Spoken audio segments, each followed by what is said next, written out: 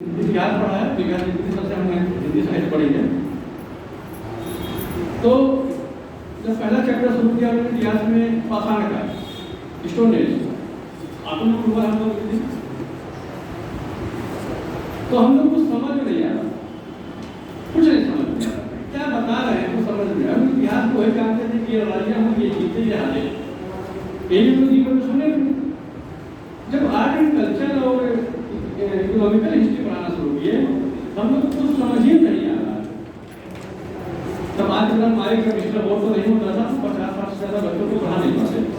मान लीजिए हम पढ़ा दें और तुम्हारे लोग बैठ जाए, हम कितना बोल पाएंगे, कितना बोल पाएंगे। उसमें मार्केट भी बहुत कम होता था, 4 होता था, मतलब हम बताते कि पिछड़ा ले ले रहा है, एक से कितना सिलाएगा, 50 बच्चों को नहीं बैच बन पाता था। इसलिए फीस जमा करने के बाद 3-3 महीने के बाद बैच मिलता है। आज फीस जमा करेंगे, 4 महीने बाद बैच मिलेगा। मजबूरी थी ना कि कम बच्चों को पढ़ाना। आपको भाई डिजिटल है, माइक्रोफोन है, लगा दो, 500 बैठा दो, 500 बैठा दो, माइक्रोफोन है। अब तो दिल्ली में कुछ लोग लैपटॉप है, उसको लगाइए, कान में लगाइए, जो फोन स्लाइड दे रहा है। तो स्टूडेंट पढ़ा रहे थे, तो हम लोग को समझ नहीं आ रहा कि बता क्या रहे हैं।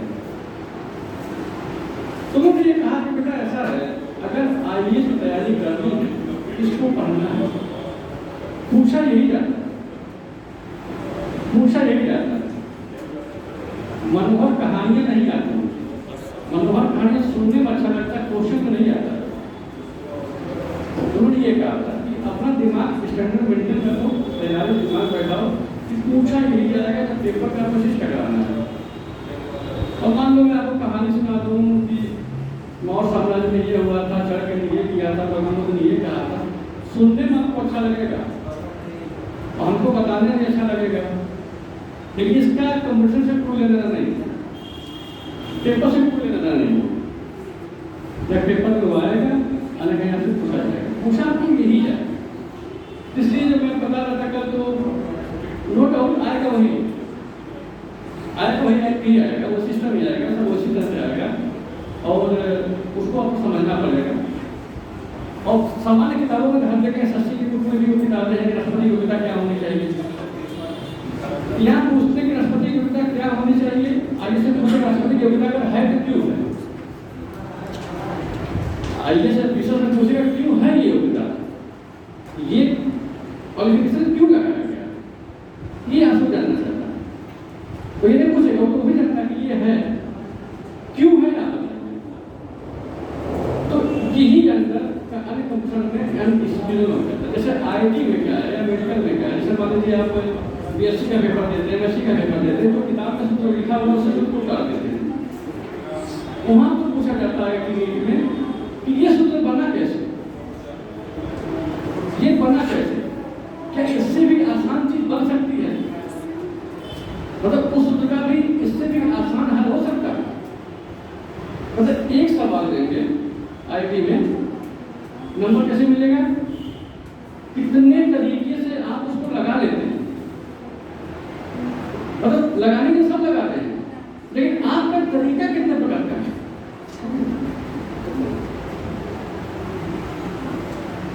आपका तरीका कितने प्रकार का है, मतलब एक सवाल को 7 पर लगाना, 7 तरीके लगाना, एक सवाल को 9 तरीके लगाना, तो वो सवाल सबको आ रहा है। ये होता है क्वेश्चन का। तो चलिए शुरू करते हैं। हेडिंग डालिएगा, राष्ट्रपति से डाल दीजिएगा, प्रेसिडेंट का कहेंगे, राष्ट्रपति डाल दीजिएगा। राष्ट्रपति पहले लिखिएगा, पहले राष्ट्रपति के बारे में लिखिएगा, पहला पॉइंट लिखिएगा, वह देश का प्रथम नागरिक होता है, वह देश का प्रथम नागरिक होता है। अगर देश का प्रथम नागरिक होता है, ठीक है। अगर शहर में काम सेंसस किए जाते हैं शहर में, तो किसके घर शुरू किया जाएगा, शहर में क्या किया जाएगा, बस्ती में शुरू किया, किसी घर शुरू किया DM नागरिक नहीं होता, DM एडमिनिस्ट्रेटिव हो, DM नहीं है शहर। आपके बस्ती में अगर मान लो कहीं सेंसस शुरू किया जाए तो पहले किसके घर हो जाएंगे? सबसे पहले अगर शहर में मेयर है तो प्रथम नागरिक वो है, अगर जिला नगर पालिका अध्यक्ष है तो पहला नागरिक वो है। शहर का पहला नागरिक नगर मेयर होता है या नगर पालिका अध्यक्ष होता है। ग्राम सभा का पहला व्यक्ति ग्राम प्रधान होता है, ग्राम प्रधान होता है। इसलिए लिखा जाता है, लेकिन लिखा जाता है सेल्फ लोकल सेल्फ गवर्नमेंट, सभी शब्द है जो कह रहे हैं लोकल सेल्फ गवर्नमेंट, मतलब खुद का मालिक हो, खुद का मालिक है।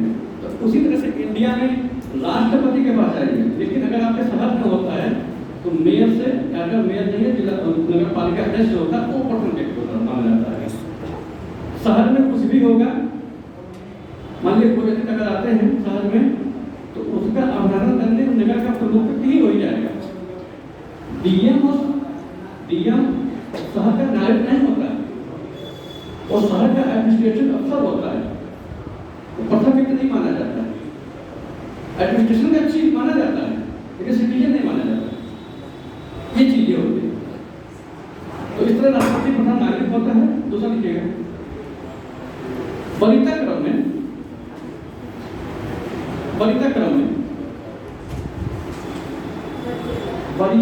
में देश का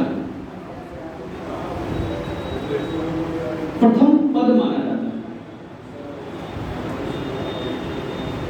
प्रथम पद माना जाता है।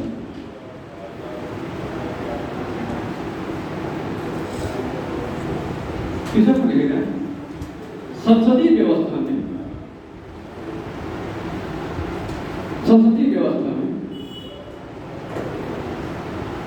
कार्यपालिका का प्रमुख होता है। संसदीय व्यवस्था में कार्यपालिका का प्रमुख होता है।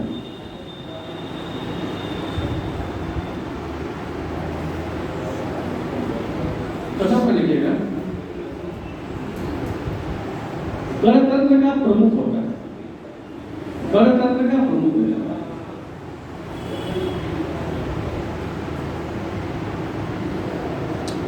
का प्रमुख और पांचों का लिखिएगा, ब्रिटिश उपनिवेश का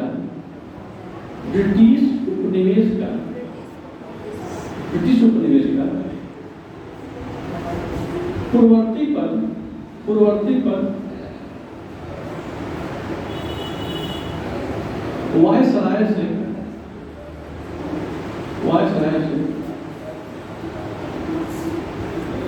लिया गया।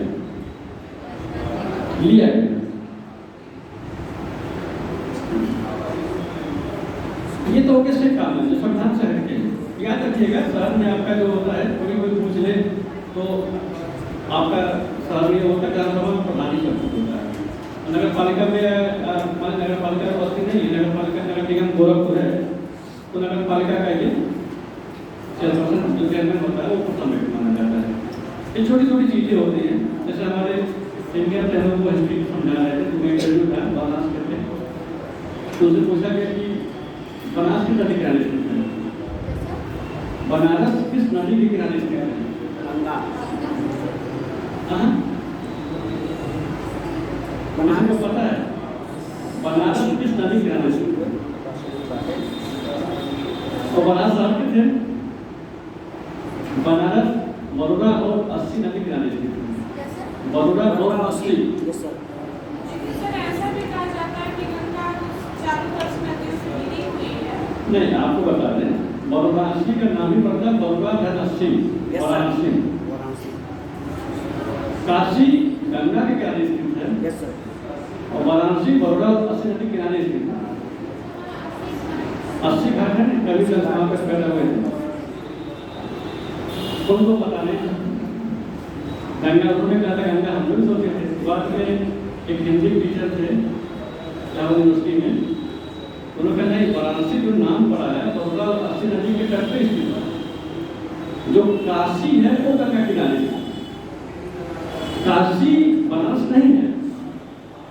अभी पुराना आपको समझा दूं, अयोध्या है, आप लोग जानते हैं अयोध्या के बारे में। अयोध्या भी अलग है, फैजाबाद भी अलग है। अलग है ना? अलग है, अलग अलग है। अयोध्या स्थित है सरयू नदी किनारे, अब फैजाबाद में स्थित है तमसा नदी किनारे, तमसा नदी बहती है ना, तमसा नदी बहती, छोटी सी नदी तमसा है, जहाँ पर श्रवण कुमार को बाण लगा था, श्रवण कुमार को जहाँ बाण लगा था तो उसको तमसा नदी बोलते हैं, गुजरती है। तो अब मान लीजिए कि आज गवर्नमेंट ने कहा कि पूरा नाम अयोध्या कर दिया गया, गवर्नमेंट ने डाटा में कहा कि इसका नाम अयोध्या कर दिया गया, फैल करा दे रहे हैं। अभी हम लोग करंट में हैं, हम लोग जान रहे हैं कि फैजाबाद अलग है, अयोध्या अलग है। जब 400 से 500 साल बीतेगा तो फैजाबाद सब भूल जाएंगे। जैसे डाटा देखें, किताब में देखेंगे तो किताब में देखेंगे फैजाबाद नाम हट चुका है, तो अयोध्या ही मिलेगा, तो वो भूल जाएंगे कि कोई फैजाबाद शहर था।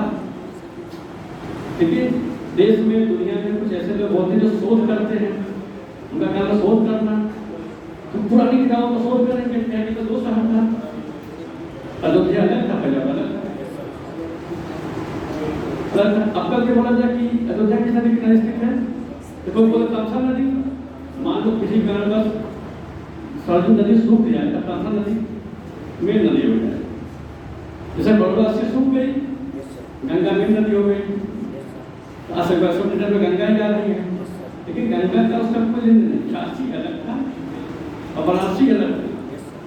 लेकिन आबादी बढ़ने से ये नदियाँ छोटी थी, खत्म हो गई और उसने सबसे आबादी में कवर कर दिया, पूरा वाराणसी हो गया, पूरा वाराणसी हो गया। तो जब भी आप कुछ भी जानने लगे, किसी भी चीज़ का जहाँ आप रहते हैं, अपने लोकल चीज़ों का जानना बहुत जरूरी होता है, बहुत जरूरी होता है। अपने लोकल चीज़ों का कहाँ रह रहे हैं, कैसे रह रहे हैं, क्या चीज़ें खासियत है, वो तो मायने रखता है चीज़ें। ये आपके आयु को तय करता है और दिमागी संख्या को पेश करता है, तो ये जरूरी है। अब आगे लिखिएगा, तो अनुच्छेद है, देखिएगा आर्टिकल 52 और अनुच्छेद 52, अनुच्छेद 52 आर्टिकल 52 इसमें लिखिएगा, भारत की एक कार्यपालिका होगी, भारत की एक कार्यपालिका होगी जिसका प्रमुख राष्ट्रपति होगा, जिसका प्रमुख राष्ट्रपति होगा। फिर दूसरा लिखिएगा अनुच्छेद 53, अनुच्छेद 53 लिखिएगा, संघ की सभी कार्यपालिका शक्तियां, संघ की सभी कार्यपालिका शक्तियां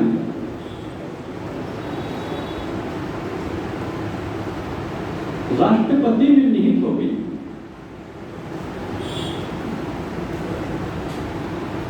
राष्ट्रपति में निहित होगी, जिसका प्रयोग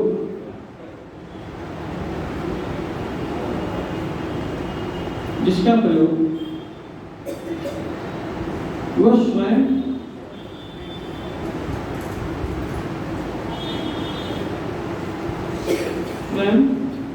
संविधान के अनुसार या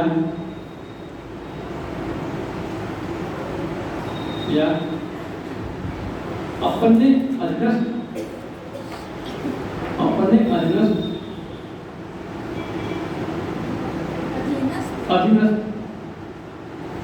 अधिकारियों के आदेश पर करेगा।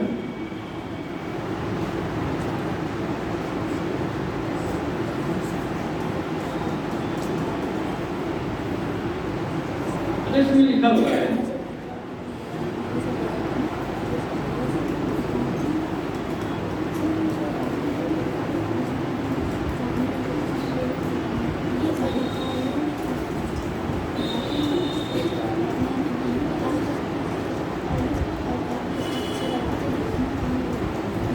करेगा, ये एक शब्द है, ये एक दो पावर है राष्ट्रपति, या तो स्वयं करेगा या तो अपने अपने अधीनस्थ अधिकारियों के माध्यम से करेगा। मतलब कहीं कहीं ये भी है कि कार्यपालिका को वो स्वयं भी कर सकता है। कहीं भी ऐसा पावर है कि स्वयं भी कैबिनेट की बातों को नहीं मानेगा, पीएम की बातों को नहीं मानेगा। राष्ट्रपति की शक्तियों में आगे बढ़ेंगे। राष्ट्रपति की स्वविवेक की शक्ति है, तो यही से बना है स्वविवेक की शक्ति कि कहीं भी ठीक है अपने अधीनस्थ अधिकारियों कैबिनेट के आधार पर काम करेगा, कि कहीं कहीं स्वयं विवेक में काम करेगा, कैबिनेट की बातों को नहीं मानेगा। वहाँ पर कई कंडीशन है कि कहाँ अपने बातों को मानेगा, कहाँ अपनी बातों को नहीं मानेगा, तो कई कंडीशन है। तो ये 53 ही मतलब क्या करता है, क्लियर कर देता है, स्वविवेक का पावर यही दे देता है। देखिए संविधान में या आईपीसी सीआरपीसी में जो भी आईपीसी सीआरपीसी कानून बनते हैं, व्यवसाय जारी करते जानते हैं, उसमें एक एक शब्द की कई व्याख्याएं हैं। वकील क्या करते हैं, उन्हें व्याख्याओं को करके कोर्ट को फंसा देते हैं और कभी कभी उसी व्याख्या पद पर बड़े बड़े मुजरिमों को छोड़ा देते हैं। एक एक शब्द पकड़ लेते, सर इस क्यों लिखा हुआ है, इसका गलत है।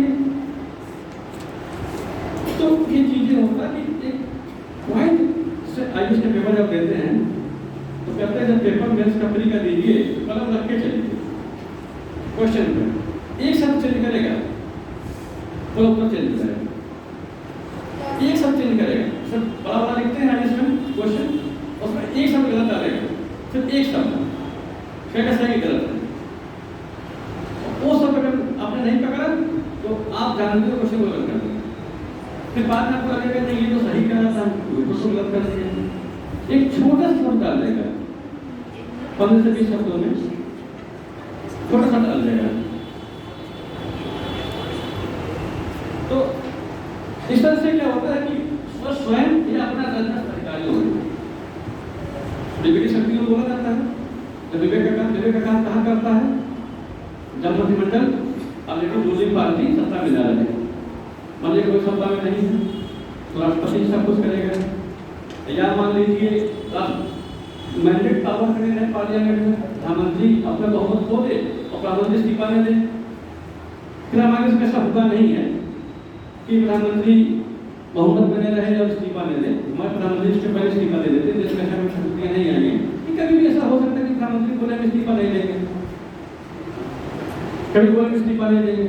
तो ऐसी अवस्था में इस शब्द का उपयोग करके राष्ट्रपति क्या करेगा, उसको बर्खास्त कर देगा। कभी तो तुम मैंडेट नहीं हो, तो बहुमत नहीं हो, तो बैठे कैसे, हट यहाँ से। या कभी कोई राज्यपालों को आदेश दे देता है, जैसे 2005 में कांग्रेस गवर्नमेंट मनमोहन सिंह की को जीती, झारखंड में विधानसभा चुनाव हुए, उसमें बीजेपी के पास 31 विधायक थे, 32 विधायक थे, 81 में 32 विधायक थे, 81 सीट है झारखंड विधानसभा का, 81 ही है, 42 विधायक थे। और वहाँ के राज्यपाल ने क्या किया, हेमंत सोरेन के पिताजी को मुख्यमंत्री बना दिया, शपथ दिला दिया। वो 42 विधायक राष्ट्रपति के पास पहुंच गए, तो राष्ट्रपति ने राज्यपाल को बुलाया, कहा ऐसा है जब 42 इनके पास है तो तुम मुख्यमंत्री को कैसे बना दिए, जब 42 ऑलरेडी मेरे सामने खड़े हैं, मतलब 50+1 ऑलरेडी बहुमत इनके पास है, तो बना कैसे दिए। तो राज्यपाल ने कहा सर सबसे बड़ी पार्टी थे कि जब ऑलरेडी वो कह रहे हैं कि हम बहुमत की सीटें प्रोवाइड करा रहे हैं, हमारे हम लोग मौजूद है पहले लोग, तो ये तो सेकंड कंडीशन होता है कि बड़ी पार्टी सरकार नहीं बना पाती तो उसको सेकंड पार्टी को बुलाया जाता है। वहाँ राष्ट्रपति अपने विवेक का निर्णय लेता है, वहाँ कहता नहीं ये गलत, तो राज्यपाल से कहा सत्ता को बर्खास्त करो और इनको सरकार बना, उसका बाबूलाल मरांडी मुख्यमंत्री बने। जैसे बहुत से केसेस होते हैं, लेकिन अब जैसे आप लोग जो 14 के बाद ऐसी स्थितियाँ इंडिया में नहीं आई हैं कि किसी को आकार है, इसलिए वो चीज़ें आप किताबों में लिखा जरूर है, वो चीज़ें दिमाग में नहीं चढ़ता है, किसी तरह से बीमार नहीं होता है। हम जब छोटे थे तो होता क्या था कि किसी पार्टी को बहुमत नहीं मिलता था, कोई को विधायक तोड़ता था, कोई को विधायक तोड़ता था, कभी वो भागता था, तो कभी को मुख्यमंत्री बनता था, कभी वो मुख्यमंत्री बनता था। अभी हम लोग देखते थे जब संविधान में जब किताबें पढ़ते थे तो उसका अनुच्छेद को उल्लेख होता है, जैसे किस कारण से किया गया, जैसे किया गया किस कारण से। तो इसीलिए उसको हम लोग को चीजें अपने से तैयार कर रहे हैं। अब क्या है, वो चीजें हो नहीं रही है, इसलिए आप लोगों के दिमाग में आ नहीं रहा है। समाचार पढ़ते उससे अलग ही गलत ये होगा, ये कहा गया है। तो ये कहा गया, एक कहा गया स्वयं ने अपने कुमार दिया अपने अधिकारियों अधिकारियों से, जो सबॉर्डिनेट अधिकारी हैं उनके कार्य। ठीक, अब अगला पढ़ लीजिएगा, राष्ट्रपति की योग्यता, क्वालिफिकेशन ऑफ प्रेसिडेंट।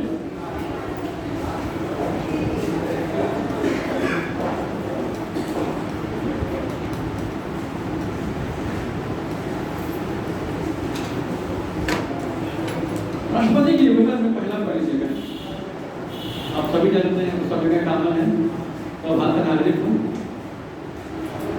तो भारत का नागरिक हूँ,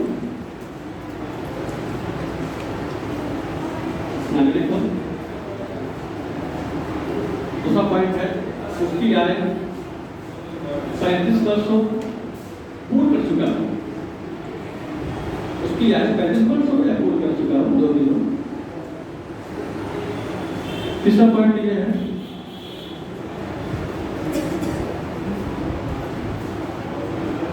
तीसरा पॉइंट लीजिएगा, वह लोकसभा के सदस्य बनने की योग्यता रखता हो, सदस्य बनने की योग्यता रखता हो।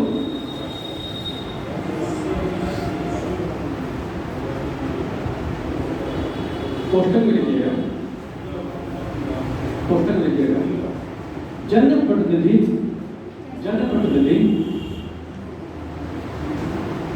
अधिनियम 1951 के अनुसार, जनप्रतिनिधि अधिनियम 1951 के अनुसार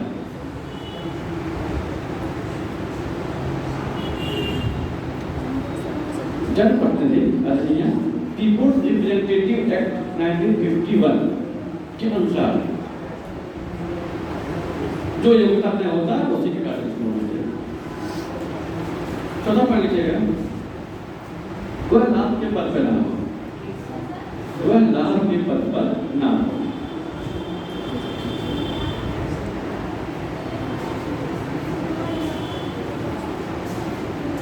पद पर ना, उसमें 2 कंडीशन है, या तो गवर्नमेंट जॉब नहीं होनी चाहिए, आप गवर्नमेंट सैलरी नहीं दे सकते, और दूसरा पॉइंट ये है 25% आपका अभी 2 फिलहाल 2.5 तय किया गया है, और इसको ज़्यादा सोचने का आवश्यकता नहीं है। जब आप कभी परीक्षा में बैठिएगा पीछे सर्विस में, तो गवर्नमेंट के भारत को फाइल दीजिएगा, उसमें जो भी डेटा रहेगा कि लाभ के पद का जो कंडीशन है आप उसको देख लीजिएगा, क्योंकि हमेशा चेंज होते रहते हैं, सबके साथ चेंज होते रहते हैं। आज मान लो मैं कह दूँ कि 25% होना चाहिए, तो वर्तमान में है 25%, वर्तमान में 25% तो है कि किसी कंपनी में 25% का शेयर आपका नहीं होना चाहिए। मतलब कोई कंपनी अगर 1,000 रुपये दी है, 250 रुपये आपकी पूंजी का लगी है, तो आप लाभ के पद पे, आपके लाभ के पद पे 250 रुपये आपने भी लगाया तो आपके लाभ के पद पे, तो ये लाभ का पद माना जाएगा। तो फिलहाल ये भी इस कंडीशन है कि कभी भी परीक्षा देने जाइएगा, गवर्नमेंट की बात फरवरी मार्च में आती है, उसमें आ जाता है डाटा इस समय क्या है, तो क्या सब चेंज होते हैं।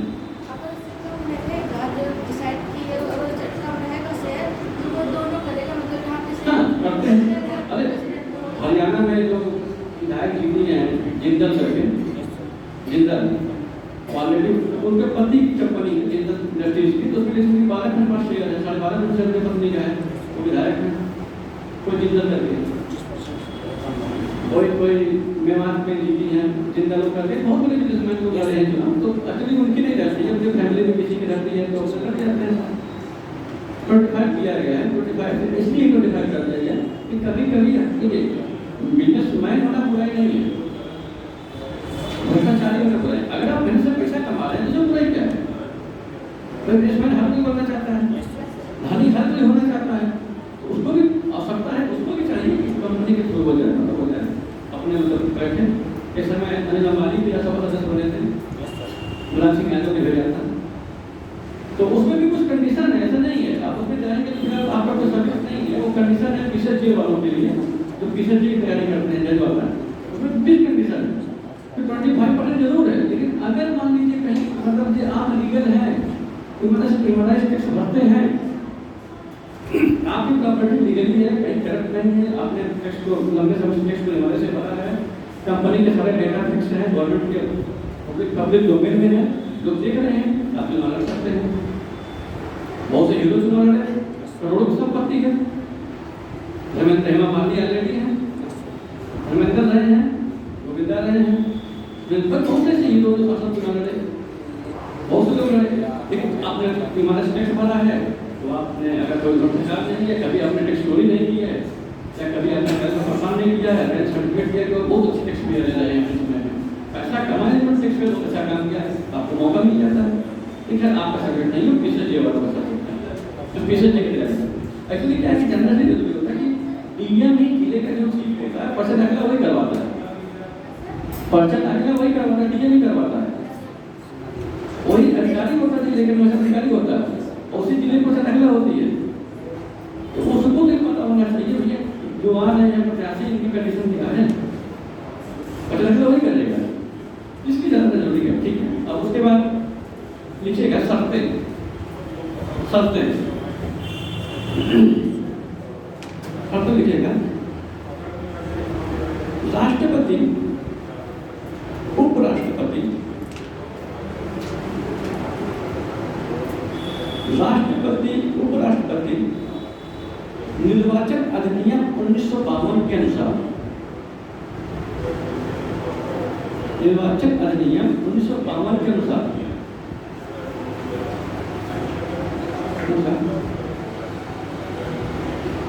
संसद के दोनों सदनों में,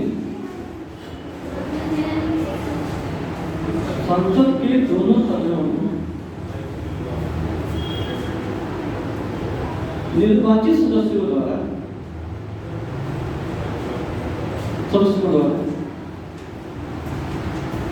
कम से कम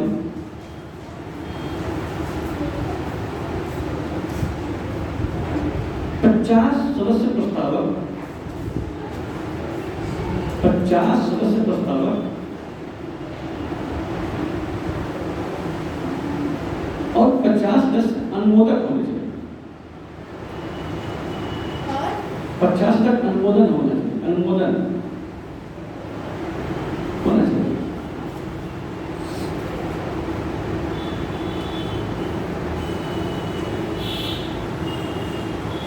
इसमें एक शर्त और, बिल अमाउंट, बिल अमाउंट कितना जानते हैं? यस सर, कितना है? 25 बिल अमाउंट का मतलब होता है जमानत राशि, जमानत राशि। इसमें शायद 15,000 है ना? नहीं सर, 25 15,000 बिल अमाउंट में 15,000 है, 15,000। आपको 15,000 रुपये चुनाव जब तकरार करते हैं तो आपको जमा करना। क्यों करना पड़ता है जानते हैं इसके बारे में? Yes sir. क्यों करे, सब क्यों लगाएंगे? क्योंकि सर अगर उसको मजाक ना बनाने के लिए या फिर उसको प्रति कोई ऐसा खेल ना खिलवाड़ ना होने के लिए इसको जैसे देखिए, इसको कहते हैं कि 2 चीजें होती हैं। Yes sir. एक कहते हैं जूता से मारना, झाड़ू से मारना, यस सर। और एक कहते हैं गोली से मारना। जूता वो झाड़ू वगैरह मारते हैं तो चोट नहीं लगती, इमेज बड़ी बुरी गिरती है। Yes sir. तो राष्ट्रपति के लिए चुनाव के लिए 15 तो बड़ी बात नहीं है, लेकिन ये दिखाया जाता है कि अगर आप 1/3 जितना वोट पड़ रहा है उसका 1/6 और 1/6, एक बार 6 भाग वोट आप नहीं पाते तो आपका अमाउंट जब्त कर लिया जाएगा। इतना अमाउंट जब्त करने से कोई मतलब नहीं है। आजकल के दिन में मोबाइल आ रहे हैं, आजकल के दिन में मोबाइल आ रहे हैं, हर हाथ में घूम रहे हैं, और उसके लिए 15,000 रुपये लगाएगा। ये कहते हैं जूता मारना, सिर्फ आपको बेइज्जत करना कि अगर आप वोट नहीं पाए तो आपका अमाउंट जब्त हो जाएगा। कितना क्या है? 15,000। बात 15,000 की नहीं है, बात आप जमानत जब्त हो गई, जमानत जब्त हो गई। ग्राम सभा में 250 रुपया है, जो प्रधान चुनाव लड़ते हैं प्रदेश वाले में 250 रुपया तय किया गया था, जब से अगला करें 250 रुपया को जमानत जमा करने होंगे, तो प्रधान बाबू को जमानत जब्त हो जाता है। बहुत लोग ऐसे हैं नहीं वोट पाते हैं, जितना वोट पड़ा उसके अगर 6 अगर नहीं पाए तो आपका पैसा नहीं वापस होगा, और अगर जो उससे ज़्यादा पाए हैं तो उनके अकाउंट में ट्रांसफर हो जाता है। 250 रुपये लगता है। अब हर साल 5 साल का चेंज होता है, उस बात में 250 रुपये सरकार में आगे का चुनाव अगर देखिए ना लगाते हैं, लेकिन तो 250 ज़्यादा नहीं लगाते हैं, क्योंकि ग्राम सभा को ज़्यादा पैसा लगाने का मतलब नहीं होता, बस ये दिखाना होता है कि आप इस काबिल भी नहीं रहे कि इतना वोट पा रहे, इस काबिल भी आप नहीं रहे, इसको बोलते हैं बेल अमाउंट। तो जबरदस्त 15,000 रुपये मात्र होता है, इसका कोई खास वैल्यू नहीं होता। उन्हें तो झूठे आते होंगे चुनाव लड़ते हैं, उससे मांगे झूठे लोग आते होंगे। लेकिन बात यह है कि भाई कहते हैं चोरी होनी चाहिए, रुपये पे नीचे लगती है, तो ये होता है बेल अमाउंट का 15,000 रुपये है। 2 शर्तें इसमें हैं, और इसमें याद रखिएगा कि वोट का जितना वोट पड़ता है उसके बड़ा एक्स्ट्रा नहीं पाते हैं तो आपका जाओ तो आपका पैसा वापस नहीं होगा। अब बाकायदे सूचित किया जाएगा कि इनकी जमानत जब्त हो गई, निर्वाचन आयोग को रूल में है कि जिसकी जमानत जब्त हो जाती है उसको सूचित किया जाता है या फिर जमानत जब्त हो गई, लेकिन नहीं गिराने के लिए। गोरखपुर में पंचायत चुनाव हो रहा था, आप जब भी कोई चीज ऐसा हो, चुनाव हो, कोई चीजें हो, आप उसको बारीकी से देखिए। होता क्या है कि आपको भी किताब ज़्यादा पढ़ना नहीं पड़ेगा। उस ग्राम सभा में 9 लोग उठे हुए थे और लगभग 1100 कुछ वोट पोल हुआ था। उस ग्राम सभा में एक व्यक्ति जीता था, लगभग 800 कुछ वोट अकेला पा गया था। 1100 में 800 कुछ वोट अकेला पा गया था। अब वो आदमी काउंटिंग कराने नहीं गया था, जो 800 कुछ वोट पा गया था वो आदमी काउंटिंग कराने ही नहीं गया था। उसमें हम लोग अभी मौजूद थे, तो हल्ला हो गया, कह रहे ग्राम सभा में कुल 90 वोट यही पा गया, तो है को बताइए नहीं किया। कौन था बेचारा? गांव का मजदूर, एक ऐसा आदमी था कि सबका काम, जो ऐसा घर से घर काम नहीं किया और वो तो पैसा नहीं मांगता था। जैसे कोई भी हो जाता था कि हमारा एक काम कर दो, खेतों में काम करना, घर पे काम करना, तो सीट अच्छी हो गई थी तो सबके घर में काम करता था, तो उसको नहीं उम्मीद है कि वो हमें वोट दे देंगे। तो जो रिटर्निंग ऑफिसर होता है, रिटर्निंग ऑफिसर ने कहा कि भाई ये कितना बड़ा का मामला है, तो उन्होंने कहा कि दूसरे गाँव के सेक्रेटरी को भेजिए गाँव में, उसको लेके आए। उसका चुनाव काम था, ये अपने घर पे बैठा हुआ था, तो कह जाते यार तुम प्रधान हो गए, तुम यहाँ बैठे हो। एक महाशय 3 वोट पाए थे, कह यार 7 वोट हमारे घर में थे, हमको 3 तो मिला है, हमारे घर में हमको नहीं दिए। हम सब मौजूद थे, तो बड़ा अच्छा हमारे चौथे बूथ जिस बूथ में मैं काउंटिंग कराना था, उसके चौथे बूथ में काउंटिंग कर रहे थे। तो कुछ इंटरेस्टिंग चीजें हमेशा हल्ला हो जाती हैं। वो बेचारा पकड़ के जाए सेक्रेटरी साहब उसको कहते चलो नियुक्ति पत्र हो यार, रिटर्निंग ऑफिसर से नियुक्ति पत्र तो प्रधान हो गए हो, रिटर्निंग ऑफिसर होता है। तो वो कहा ना कि पहुंचा, उन्होंने कहा, रिटर्निंग ऑफिसर ने कहा कि कहाँ थे तुम?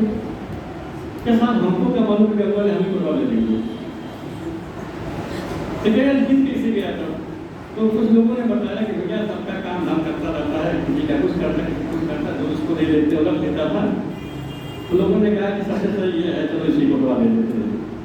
कभी मना नहीं किया, कभी पूरा फेंक दिया, कभी किसी का गोबर फेंक दिया, जो भी दिया, जो भी दिया कर दिया, ये भी लड़ गया था और सबकी सहानुभूति थी दे एक तरफा लोगों ने दे दिया। अच्छा जैसी सीट थी उसको ले लिया। तो क्या साहब ऐसा अपने ड्राइवर को भेजे थे काउंटिंग कराने के लिए, जो नियुक्ति पत्र होता है फोटो लगता है, वो अंदर एंट्री होती है, अंदर जाना होता है, एक पास मिलता है, तो पास को फोटो लगाना पड़ता है। कभी बूथ एजेंट बने आपको? कोई बूथ एजेंट बना है? Yes sir. फोटो दिखाने का लगाने के लिए। तो क्या उसका मसला गिर गया था, तो पुलिस वाले भगा था, उसने नहीं दिए। हम भी चले गए अपना, एक लोग के घर चले गए, काम कर रहे थे, तो उसके बाद कहा ठीक है भाई तुम मान ही गए हो, प्रधान तुम ही हो, उसको नियुक्ति पत्र दे दिया गया। उसमें कई लोगों ने बड़ा जब्त हो गया, 3 वोट पा रहे हैं, 1100 में 3 वोट पा रहे हैं, कोई 10 वोट पा रहे हैं, 7 वोट पा रहे हैं। भाई 800 कुछ वोट तो वही पा गए, 8 लोग तो 150 में रहे। तो ऐसे से होता है, उसी को बोलते हैं बेल अमाउंट। हमेशा लगाया जाता है कि आपकी जमानत बंद की जाएगी और आपको बताया जाएगा कि आपका इतने भी सपोर्टर नहीं है कि आप उसके परीक्षा नहीं पा सकते। तो आगे लिखिएगा,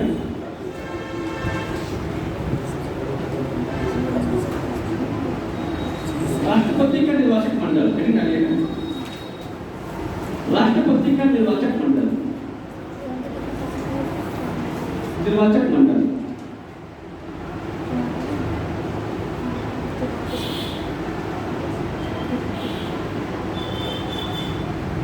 अनुच्छेद 54 है ना, 54 के अनुसार 54, हाँ अनुच्छेद 54 के अनुसार, 54 के अनुसार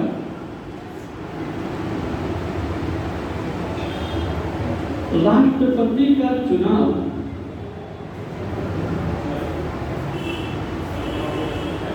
एक निर्वाचक मंडल द्वारा किया जाएगा।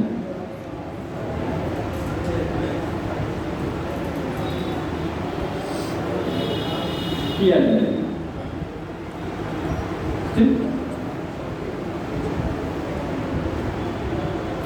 जिसमें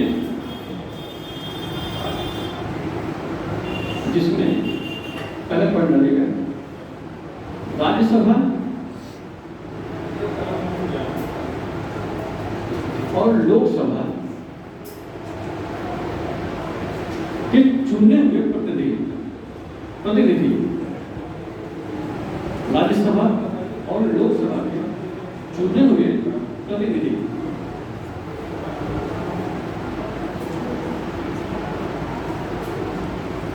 दूसरा पढ़ लीजिएगा, राज्य विधानसभाओं के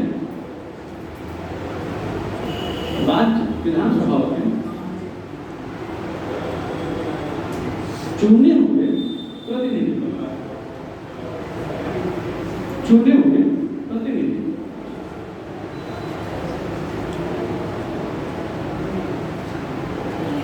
हो गया। इसे पढ़ने चाहिए दिल्ली और पांडिचेरी के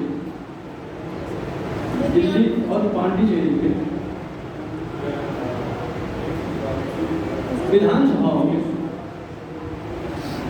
दिल्ली और पांडिचेरी के विधानसभाओं के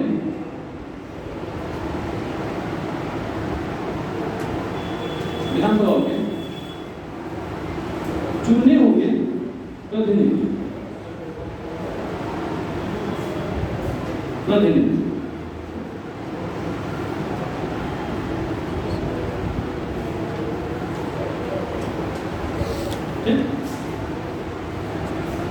अभी इसमें जम्मू कश्मीर को शामिल नहीं किया गया है। मैंने कल बताया था कि जम्मू कश्मीर का शामिल होना अभी तो और इस बार अगली बार हो जाएगी, नहीं किया गया। उसका कंडीशन बताया मैंने कल, क्या मामला था शामिल किया गया। हो सकता है कि जम्मू कश्मीर को पूर्ण राष्ट्र दर्जा दे दिया जाए, जैसे कामें चल रही है भाई करना होगा, लोग कहते कि नहीं यूनियन टेरिटरी सहरा दीजिए। अच्छा, यूनियन टेरिटरी बनाने का मकसद गवर्नमेंट क्या कह रहा है?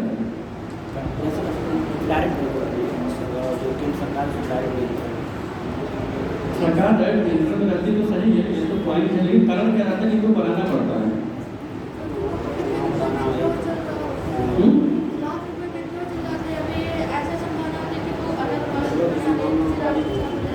हाँ, जब किसी ऐसे क्षेत्र में जहाँ गवर्नमेंट को लगता है कि रूरल पार्टियां राष्ट्रवादी विचारा से नहीं जुड़ी है, जिसके खतरा बन सकती है, तो ऐसी अवस्था में यूनियन टेरिटरी बना दी जाती है। या ऐसे क्षेत्रों में ये लगता है कि यहाँ की आबादी, बहुसंख्यक आबादी जो कल्चरल तरीके से रहती है, कई धर्मों के लोग रहते हैं, कई जातियों लोग रहते हैं, कई क्षेत्र के लोग रहते हैं, उसमें स्टेट के स्तर पर कोई धार्मिक, जाति और भाषाई विवाद ना हो तो सेंट्रल क्या करता है तो अपने हाथ में ले लेता है। इसीलिए बॉम्बे के लोग हमेशा सशंकित रहते हैं कि हमको कहीं बॉम्बे को यूनियन टेरिटरी न बना दिया जाए, क्योंकि बॉम्बे में हर धर्म के लोग रहते हैं, हर भाषा के लोग रहते हैं। बॉम्बे की भाषा का विवाद हमेशा होता रहता है। तो ऐसी जगहों पर सेंट्रल गवर्नमेंट क्या करती है, वो अथॉरिटी अपने पास ले लेती है, पूरी स्टेट से कभी आपका कोई अथॉरिटी नहीं रहेगा। इसका क्या फंक्शन दिल्ली में क्या है? दिल्ली में कितने लोग बस जाते हैं, कहीं दिल्ली में आते किसी भाषा की बात नहीं होती, दिल्ली में कभी भाषा को लेकर झगड़ा नहीं है, कि दिल्ली में इंडिया के हर स्टेट में लोग जा रहे हैं, शांति से जा रहे हैं, फार्म भी डालते हैं, एग्जाम भी देते हैं, दिल्ली के हर पोस्ट पे अपने दावा भी करते हैं। लेकिन अन्य स्टेटों में जैसे बॉम्बे हो गया, हैदराबाद हो गया, वहाँ पर क्या है, अगर आप दावा करते हैं तो वहाँ के जो स्थानीय लोग विरोध करते हैं, वहाँ के जो लोकल लोग विरोध करते हैं, इसलिए जरूरी बना दिया जाता है। फिलहाल हमारा मकसद नहीं है। अब इस तरह राष्ट्रपति के चुनाव में वोट कैसे पड़ता है? राष्ट्रपति के चुनाव में वोट पड़ता है, वोट पड़ता है, वो दो तरीके अपनाए हैं। आनुपातिक प्रतिनिधित्व प्रणाली, एकल संक्रमणीय मत, एक बहुत जटिल प्रक्रिया है। इसको समझाना इतना आसान नहीं है, जरा किसी से पूछा नहीं गया है। अगर किसी को राष्ट्रपति चुनाव के वोटिंग सिस्टम को समझना है तो विकास द्विवेदी का 2.5 घंटे का वीडियो है, 3 घंटे का वीडियो है। 3 घंटे दिमाग स्थिर करके बैठेंगे तब समझ पाएंगे कि राष्ट्रपति का चुनाव होता कैसे। किताबों में कॉमन चीजें दी गई, आपके पास यूट्यूब है, मोबाइल है, उसमें डालिएगा राष्ट्रपति चुनाव, द्विवेदी के 2 वीडियो आएंगे। उस वीडियो में ये बताया कि अमेरिका के राष्ट्रपति का चुनाव इंडिया के राष्ट्रपति चुनाव से कितना भिन्न है। इतनी जटिल प्रक्रिया है कि हम इंडिविजुअल बता रहा हूँ कि 4 से 5 बार मैच देखा तो मुझे समझ नहीं आया। और 3 घंटे की वीडियो कि वोटिंग कैसे होता है, डिवाइडेशन कैसे होता है, लोगों का वैल्यू कैसे बनता है, कोई पार्टी थर्ड्स में आ जाती है तो क्या किया जाता है। इसीलिए चुनाव प्रक्रिया ऐसे तरीके अलग कर दिया गया, कोई देश अलग कर दिया गया है। इसको समझने के लिए इंडिया के बहुत से नेता जो वोट डालते हैं वो खुद नहीं जानते हैं, बस उनसे पार्टी प्रमुख ये बोल देते हैं। जो पार्टियों में थिंकर होते हैं, पार्टी के थिंकर होते हैं जो चुनाव में लड़ते हैं, बैकवर्ड में थिंकर होते हैं, वो अपील होते हैं। तो क्या करते हैं, पार्टी नेताओं को बुलाते हैं कि राष्ट्रपति का चुनाव होने वाला है, विधायकों सांसदों को बता देते हैं आप लोग जाइएगा, ये पर्चा मिलेगा, आप इसमें ये लिख दीजिएगा, बस आपके तरह काम है, आप चले जाइएगा। उस पर हम लोग समझ लेंगे, जो दूसरे तरफ समझ भी नहीं पाएंगे, बस आप लिख दीजिएगा। 3 घंटे का वीडियो है, देखिएगा। मैं आपको छोटे मोटा बता रहा हूँ, लेकिन उसको इतना डीपली बताने का मतलब कहिएगा तो बताएंगे, और उससे बेटर तो उनका वीडियो देख लीजिएगा, वो बताएंगे कैसे चुनाव होता है। तो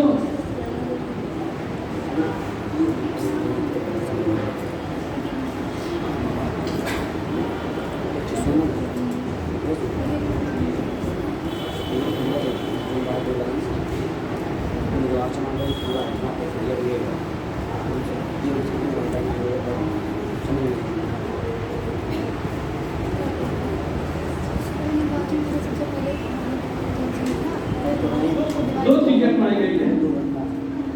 देखिए, मैंडेट के लिए किसी भी विधानसभा, किसी भी लोकसभा, किसी भी चीज के लिए 50% + 1 बहुमत के लिए चाहिए। इसे यूपी में कितने विधानसभा है? 403, पटना 2 + 1 मान के चलिए 202 माना जाता है, मोटी मोटा 202 माना जाता है कि 202 विधायक जिस पार्टी जीतती है सरकार में आता है। बिहार चुनाव होने वाला है, यहाँ से देखिएगा सीटें कितने बिहार की है विधानसभा की? 228, पटना 2 + 1 1 4 + 1 115 विधायक जिसके पास होगा बिहार का मुख्यमंत्री बन जाएगा वो पार्टी। ये मैंडेट होता है, ये रूल्स तय किए गए। ये रूल्स इसलिए तय किए गए, संविधान विशेषज्ञों ने ये कहा कि 50% तय करने का मतलब हमारा ये था। देखिए, चुनाव जीतने के लिए क्या होगा कि कोई एक कुर्सी भी जीत लिया वो विधायक बन जाएगा, वो सांसद बन जाएगा। लेकिन बहुमत पाने के लिए एक में जो सिस्टम तय किया गया, कितनी बहुत सीटें आपको चाहिए। अगर किसी भी राज्य में कोई भी पार्टी 50% सीटें जीतती है तो ये मेच्योर से कहा जा सकता है कि उसको धर्म के आधार पर जात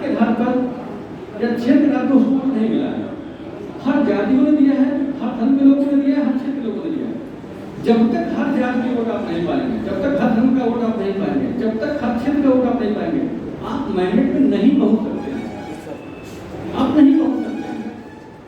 संविधान में सरकार ने ये रूल्स बना रखा है। अगर ये कहा जाता कि जो सबसे बड़ी पार्टी बनेगी वो मंत्री बन जाए, तब कल के पता क्या चला कि पश्चिम के 25 जिला के लोग एक हो गए, पूर्वांचल के 33 जिला के लोग एक हो गए। अरे हमारी संख्या ज्यादा है, हम मुख्यमंत्री बनेंगे। तो पता क्या चला कि बुंदेलखंड का आदमी कोई मुख्यमंत्री नहीं बन सकता, अवध का आदमी कोई मुख्यमंत्री नहीं बन सकता। तो 4 रीजनल क्षेत्र में डिवाइड किया गया, पश्चिम, अवध, पूर्वांचल और बुंदेलखंड। सबसे छोटा तो बुंदेलखंड है, 4-5 जिला है, तो जीवन नहीं बनेंगे। 402 सीटें पाने का मतलब आपको बुंदेलखंड में भी जाकर प्रचार करना पड़ेगा, आपको पश्चिम में भी प्रचार करना पड़ेगा, तब आप 202 पहुंचेंगे। आप पहुंचेंगे। आप एक जात लेके नहीं चल सकते, आप एक क्षेत्र लेके नहीं चल सकते। आप बड़ी पार्टी बन सकते हैं, आप दबाव बढ़ा सकते हैं, पार्टी के मुखिया बन सकते हैं, लेकिन आप सरकार नहीं बना सकते। सरकार बनाने के लिए आपको सबके पास जाना पड़ेगा। राष्ट्रपति चुनाव में ये कहा गया कि जो 50% वोट प्लस 1 पा जाएगा वही मुख्यमंत्री राष्ट्रपति बनेगा, वही राष्ट्रपति बनेगा। अब 50+1 का मतलब सोच लीजिए कि लोकसभा, राज्यसभा और सारे राज्यों की विधानसभा के विधायकों में 50% वोट पाना है। सिर्फ लोकसभा सभा नहीं पाना है, विधानसभाओं में भी 50% वोट निकालना है विधायकों से, तब आप राष्ट्रपति बनेंगे। मतलब क्या, अगर मैं राष्ट्रपति देश का हूँ तो जीवन राष्ट्रपति हूँ कि हर राज्य से मुझे वोट मिली है। मैंने पांडिचेरी को नहीं छोड़ा है, वहां मुझे 50 चाहिए।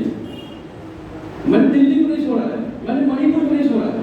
अब कल कौन सिक्किम 32 सीटें प्रचार करने नहीं जाएंगे, कल तो बोलेंगे सिक्किम 32 सीटें कौन प्रचार करने जाएंगे, 32 विधायक 32 सिक्किम में उनके प्रचार निकालने जाएंगे।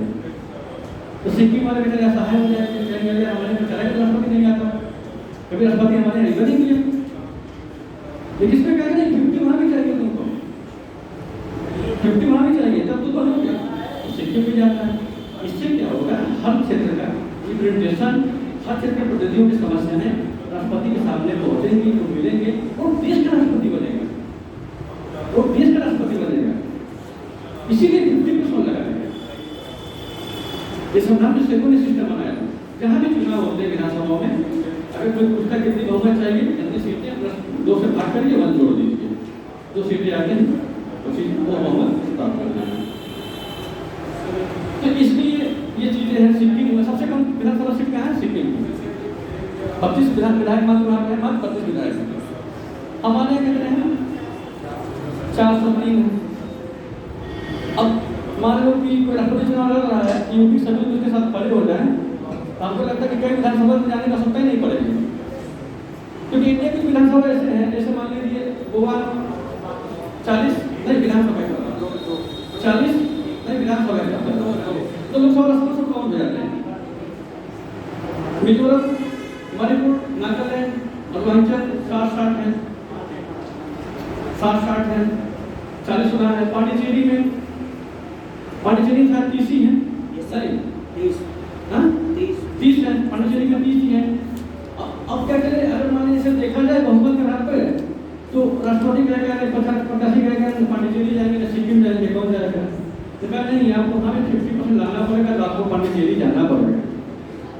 पांडिचेरी के लोगों को ये नहीं लगे कि भैया हम देश के नागरिक नहीं, तो इंटरनल सिक्योरिटी का मामला खड़ा हो जाएगा। Yes sir. आज नॉर्थ ईस्ट में, नॉर्थ ईस्ट हमारा जो है असम, मेघालय, मणिपुर, मिजोरम, त्रिपुरा, 7 सिस्टर जिसको कहा जाता है, जो उग्रवाद था, उसके पीछे कारण यही था, उसके पीछे कारण यही था कि जब वो चुनाव जीत जाते थे, वहाँ के सांसद, जहाँ पर मुख्यमंत्री चुनाव जीत जाते थे, तो पार्लियामेंट में उनको बोलने के लिए मौका ही नहीं मिलता। मान लीजिए मणिपुर का, त्रिपुरा का कोई सांसद किसी मुद्दे को लेकर पार्लियामेंट में खड़ा हो रहा है, और त्रिपुरा में 2 सीटें राज्यसभा की, लोकसभा की। अब लोकसभा अध्यक्ष क्या कर रहे हैं, उनको मौका ही नहीं दे रहे हैं बोलने के लिए, क्योंकि जो संसद अधिनियम 1982 में बना हुआ है कि पार्टी के सत्ता पक्ष को जितना मौका दिया जाता है उसका आधा समान के सत्ता पक्ष को बोलने के लिए 10 घंटे तय किए गए, तो विपक्ष को उसका आधा 5 घंटे तय किए जाते हैं। अब 5 घंटे में जो विपक्ष का पहला प्रमुख पार्टी होगी, जैसे कांग्रेस वर्तमान में है, वो 2.5 घंटे पाएगी, फिर उससे कम वाली पार्टी समय जाहिर किया जाएगा, फिर उससे कम किया जाएगा। उस हिसाब से सिक्किम वाले पास 2 से 3 मिनट मिलता है बोलने के लिए। पार्लियामेंट में 2 से 3 मिनट मिलता है।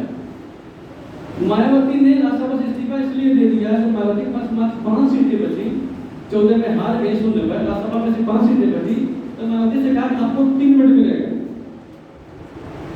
उस समय लोकसभा अध्यक्ष थी, इंदौर से जीती थी, कौन लेडीज थी पहली, दूसरी लेडीज थी वो भाजपा की थी,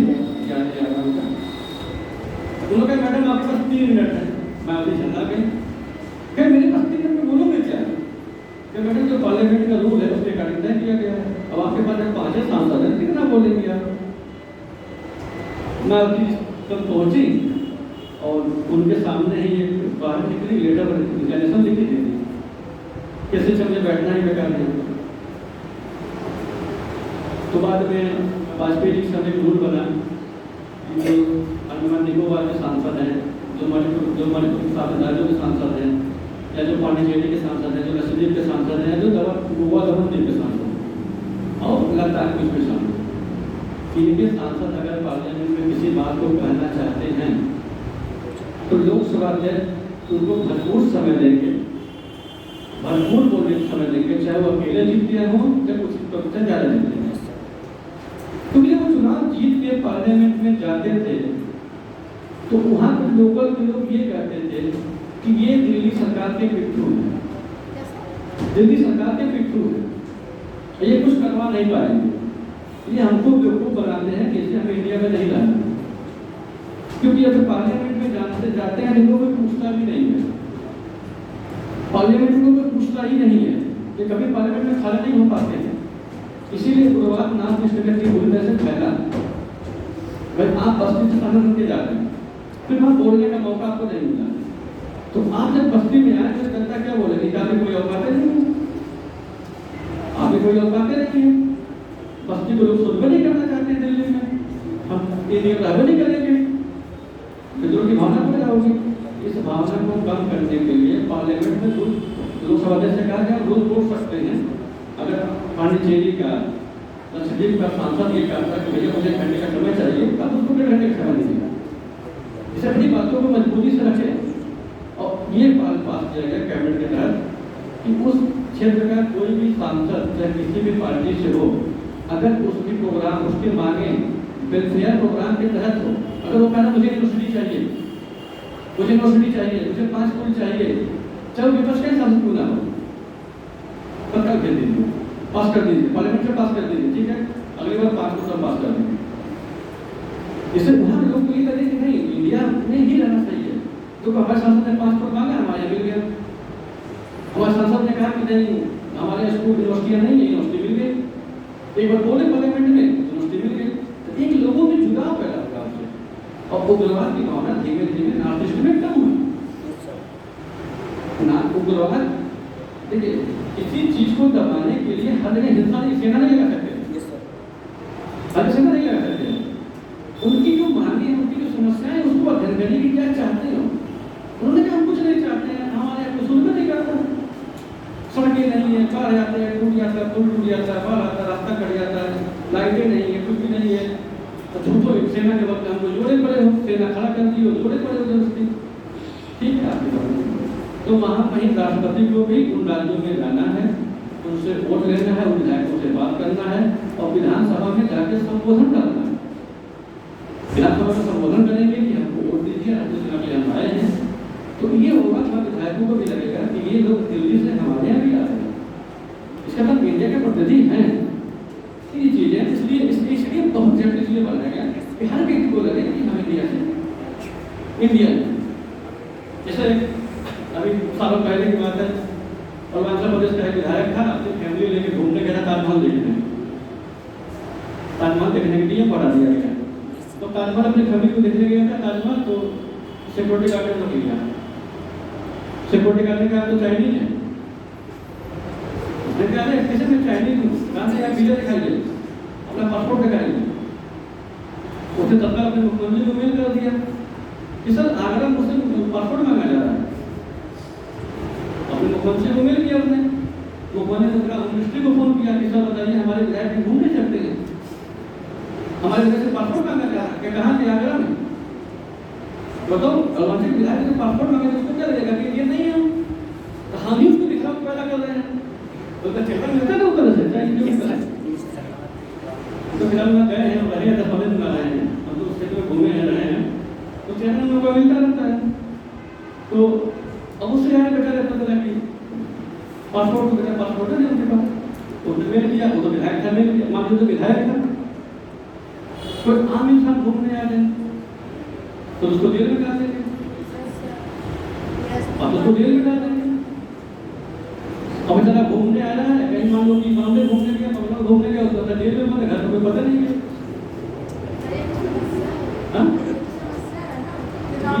यही होता है आपका इंटरनल सिक्योरिटी प्रॉब्लम जिससे इंडिया जूझ रहा है। इंडिया में क्योंकि कल्चरल चेहरे अलग अलग तरीके से होते हैं, कंफ्यूजन हो जाता है, जैसे तमिलनाडु में कंफ्यूजन हो जाता है कि श्रीलंका ही है, श्रीलंका ही है, अरुणाचल प्रदेश सिक्किम और लगता है कि तमिलनाडु चाइनीज है या म्यांमार के हैं, कंफ्यूजन हो जाता है, ये चीजें हैं। तो इसमें क्या होता है 50+1 होता है, इसमें चुनाव की प्रक्रिया कैसे अपनाई जाती है।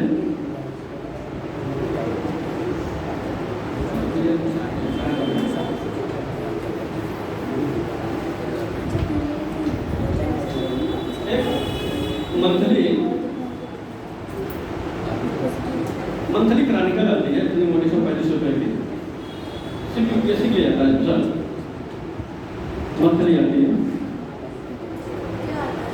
क्रॉनिकल की मंथली बुक आती है, क्रॉनिकल वाली तुम्हारी नाम से पता है, उसको लीजिए। और यूपीएससी के जितने भी क्वेश्चंस आते हैं लिखने के लिए, सोचने के लिए, इंटरनेशनल लेवल पर, इंडिया लेवल पर या रीजनल लेवल पर या क्षेत्रीय लेवल पर, आपको सारे क्वेश्चन तैयार हो जाएंगे।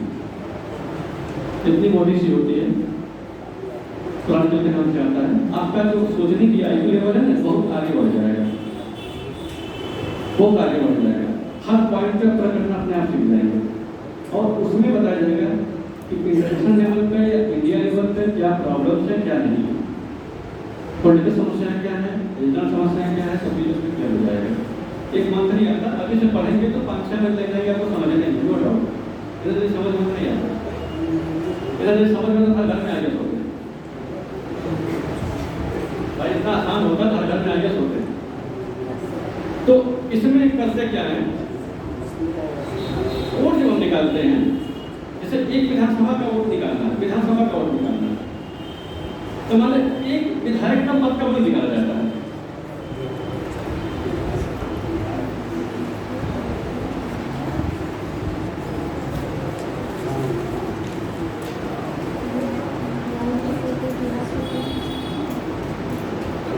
मूल्य निकाला, मत का मूल्य वैल्यू निकाला जाता है इसमें। एक विधायक का मत का मूल्य कैसे निकाला जाता है,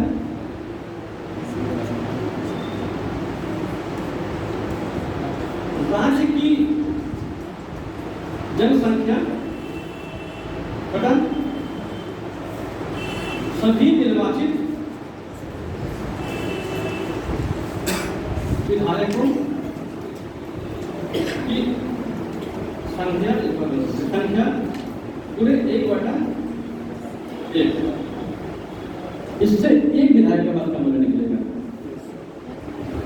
अब राज्य की जनसंख्या में राज्य के विधायकों का भाग देंगे, कितने विधायक बोले 1/1000, तो एक विधायक का वैल्यू निकाला जाएगा। इसमें यूपी वाले नंबर 1 पे आ जाते हैं, 25 करोड़ तक ले भाई, 4 भाग करेंगे 25 करोड़ में। और सिक्किम में 32 विधायक हैं, आबादी की 40 लाख है, आबादी में 40 लाख है गवर्नमेंट डाटा में, और सबसे कम आबादी तो राज्य भी वही है वर्तमान में, और 32 विधायक हैं। तो जाहिर सी बात है कि यूपी वाले इसमें जिला जीत है। लेकिन यूपी का एक विधायक वोट देगा तो सिक्किम के सभी विधायकों के बराबर हो जाता है। यूपी के विधायक का जो वोट का वैल्यू में निकाला जाता है उसको बहुत लंबा बड़ा करना पड़ता है। हम लोग इतना बड़ा करने का नहीं है, हमने उसको लिखा था कितना लिखा था उसको 208 होता है। यूपी के एक विधायक का वैल्यू 208 होता है और सिक्किम के विधायक का वैल्यू 7 होता है। इसीलिए यूपी बिहार जीतने के लिए सभी राजनीतिक पार्टियां दांव लगा देंगी।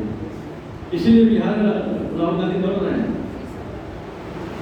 राहुल गांधी यात्रा निकाले हैं, क्योंकि अगर यूपी बिहार पर डैमेज कर ले गए तो राष्ट्रपति उपराष्ट्रपति का चुनाव हमारे हाथ में हो जाएगा। मान यहाँ चुनाव जीतना नहीं है, दिल्ली में भी कब्जा हो जाएगा, दिल्ली में जो चाहे कर लेंगे, क्योंकि यहाँ एक विधायक का वैल्यू 208 है और सिक्किम के विधायक का वैल्यू 7 है। इसीलिए अपना दौड़ रहे हैं सब। यूपी को पाने के लिए मोदी ने सारे हथकंडे अपना डाले, क्योंकि अगर यूपी आप नहीं जीत पाते हैं और अपने चुनाव को जीत भी प्रधानमंत्री बन भी जाते हैं, यूपी बिहार में का कंट्रोल नहीं है, तो अपना राष्ट्रपति उपराष्ट्रपति आप नहीं बैठा पाएंगे, आप नहीं बैठा पाएंगे। प्रधानमंत्री तो बन जाएंगे लेकिन बैठा नहीं पाएंगे। जब बराम साहब का जो चयन हुआ था उसके कारण यही था कि वाजपेयी जी जब प्रधानमंत्री थे तो उसने यूपी में भी सरकार चाह चुकी थी और बसपा की सरकार थी, सपा बसपा का वैल्यू था बहुत ज़्यादा, और बिहार में नीतीश कुमार के साथ थे लेकिन टक्कर में थे। तो वाजपेयी जी को लगा कि अगर चुनाव खड़ा करते हैं किसी प्रत्याशी को और विपक्ष उतार देता है तो हमारा प्रत्याशी राष्ट्रपति चुनाव में हार जाएगा। तो इंडिया में अभी तक ऐसा नहीं हुआ कि इंडिया में प्रधानमंत्री किसी को प्रत्याशी बनाए और चुनाव हार जाए, अभी तो फिलहाल नहीं हुआ कि प्रधानमंत्री राष्ट्रपति उपराष्ट्रपति किसी को प्रत्याशी बनाए और चुनाव हार जाए। तो वाजपेयी जी को लगा कि उसमें चुनाव हार उसमें हार जाए। नो डाउट कांग्रेस की गवर्नमेंट कई राज्यों में कब्जा कर चुकी थी, यूपी में सपा बसपा का दबदबा था। इनको लगा कि चुनाव हार जाएंगे, बड़ी बदनामी होगी कि इतिहास में निकाला जाएगा कि पहली बार ऐसा कि देश का प्रधानमंत्री अपना राष्ट्रपति नहीं जीता पाया, एक ही कार्य में चला जाता है। तो उन्होंने ऐसा नाम दे दिया कलाम साहब का, उन्होंने नाम दे दिया कलाम साहब का कि मैं कलाम साहब को प्रस्तावित करता हूँ भारत राष्ट्रपति बनने के लिए। अब कलाम साहब का नाम ऐसा नाम था कि कोई पार्टी के खिलाफ प्रत्याशी कैसे उतारे, कांग्रेस फंस गई।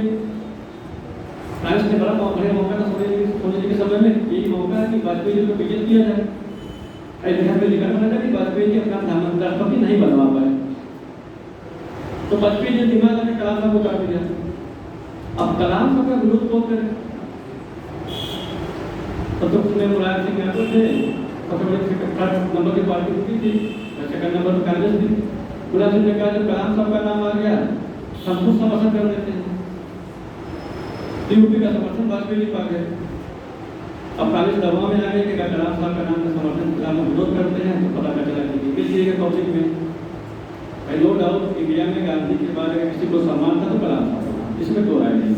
हमारे इतिहासकार ये कहते हैं कि अगर इंडिया में गांधी के बाद किसी का सम्मान था इंडिया में तो कलाम साहब का, ये तो गांधी का सम्मान था तो कलाम साहब का। मतलब हर आदमी को लगता था कि हाँ व्यक्ति अच्छा है, इसको रहना चाहिए, या तो गांधी थे या तो कलाम। इसके सिवा लोग थे लेकिन हर कोई पसंद नहीं करता था, बस 1% में विरोधी थे, लेकिन ये दो व्यक्ति ऐसे थे जिसका कोई विरोधी नहीं।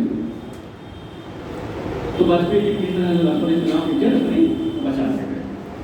तो ये मेन कार्य ये था कि यूपी के 208 वैल्यू जो होता है ये बहुत मायने रखता है। जब से बीजेपी सरकार यूपी में तरफा आई तब से जब कहते हैं जिसको बैठा देते हैं,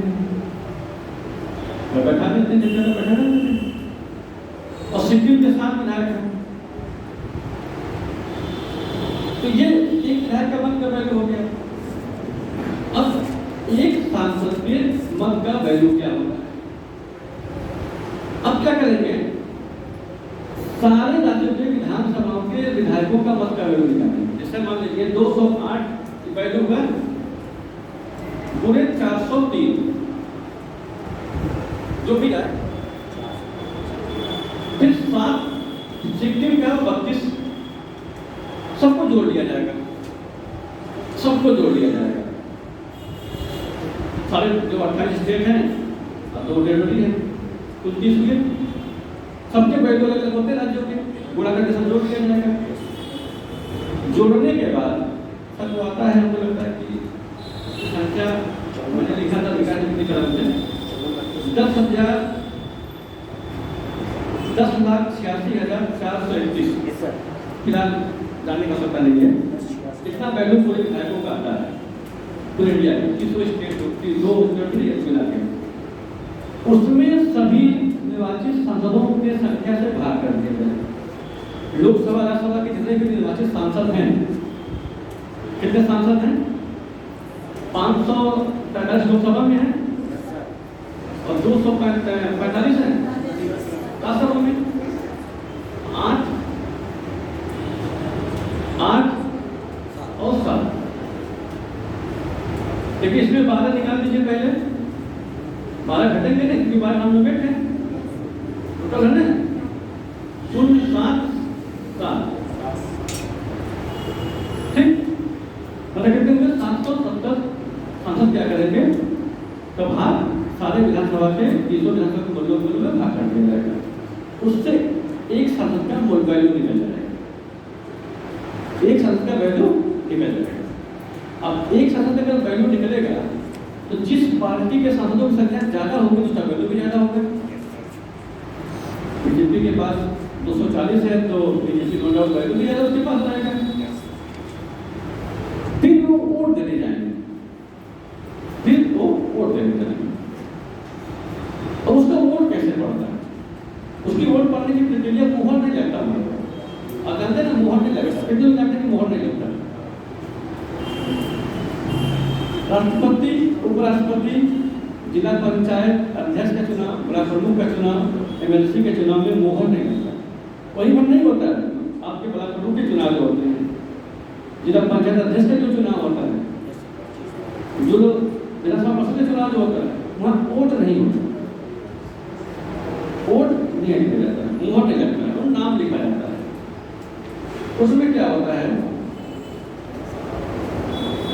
जैसे मान लीजिए 4 प्रत्याशी हैं,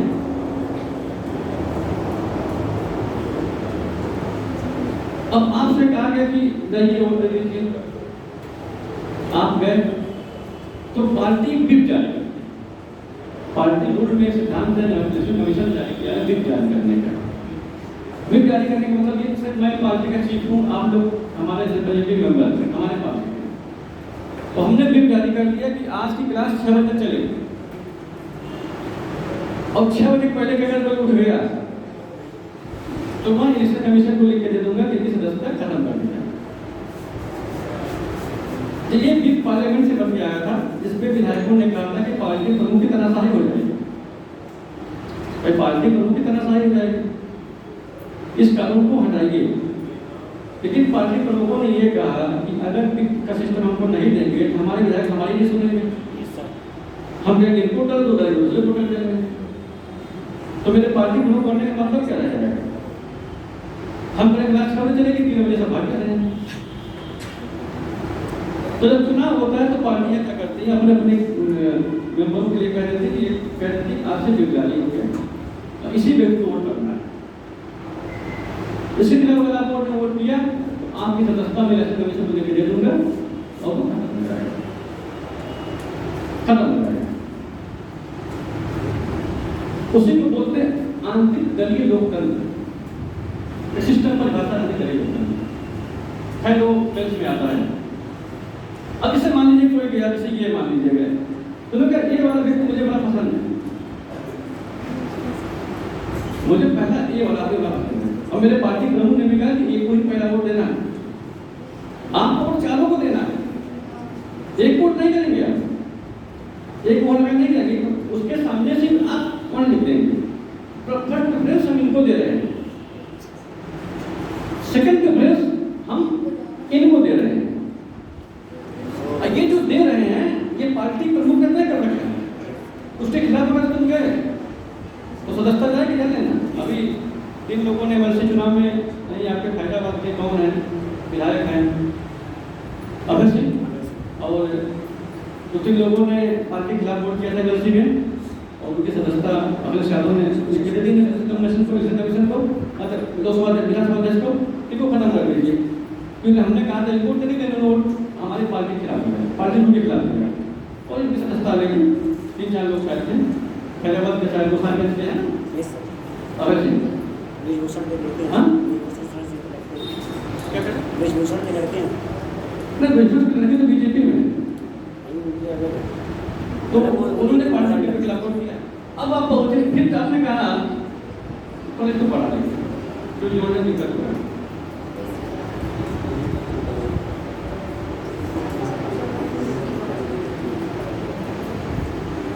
फिर आपने कहा इनको मैं तीसरे नंबर पर रखना है, इनको मैं चौथे नंबर पर रखना। आप चारों बोलते चले जाओ। फिर दूसरा गया, उसने कहा नहीं मैं इनको वोट नहीं करूंगा, मेरे पार्टी के लोगों ने इसने कहा इनको मैं सबसे अंतिम में रखूंगा। क्यों? मेरा वही मानना है। Yes sir. क्योंकि सबको हमको देना है। जो सीसेट का आज का पेपर होता है उसमें चारों ऑप्शन सही होते हैं अमूमन। अब उसमें ये होता है कि सबसे बेटर करो। सीसेट में कंफ्यूजन है, सीसेट के अंतर्वैयक्तिक में चारों ऑप्शन सही होते हैं, सबसे बेटर ऑप्शन क्या है ये आपको बताना है। सही तो चारों, ये सबसे बेटर क्या लगता है वो सही है। फिर आपने इनको 2 दिया, इनको आपने तीसरे कर दिया। फिर तीसरा आदमी गया, उसने कहा ठीक है मेरे को पहले रखते हैं, इनको दूसरे रखते हैं, इनको चौथे रखते हैं, इनको तीसरे रखते हैं। फिर एक आदमी गया, इनको दूसरे पे रखा, इनको पहले पे रखा, इनको तीसरे पे रखा, इनको चौथे पे। फिर मान लो कोई गया, फिर इनको 1 पे रखा, इनको 3 पे रखा, इनको चौथे पे रखा, इनको 2 पे रखा, ऐसे रखा। अब इसमें देखिए 1-1-3 पहले नंबर पे 3 वोट मिले, 3 वोट मिले पहले नंबर। इसमें 2 ही वोट इनको मिले पहले प्रेफरेंस में, इनको कोई वोट नहीं मिला पहले प्रेफरेंस में और इनको भी कोई प्रेफरेंस नहीं मिला। फिलहाल ये कोई टाइम ऐसा नहीं होना चाहिए, कुछ ना कुछ इसमें वोट होना चाहिए। फिलहाल ठीक है, तो अब चोट पड़ गया। फिर देखा जाएगा कि दूसरा प्रेफरेंस में इनको 1 वोट मिला, इनको भी 1 वोट मिला, इनको भी 1 वोट मिला, इनको 2 वोट मिला। दूसरी क्रम में ये जीत रहे हैं, दूसरी मतगणना में और प्रथम मतगणना में ये जीत रहे हैं। लेकिन आगे बढ़ रहे हैं, अभी 50% नहीं हुआ है।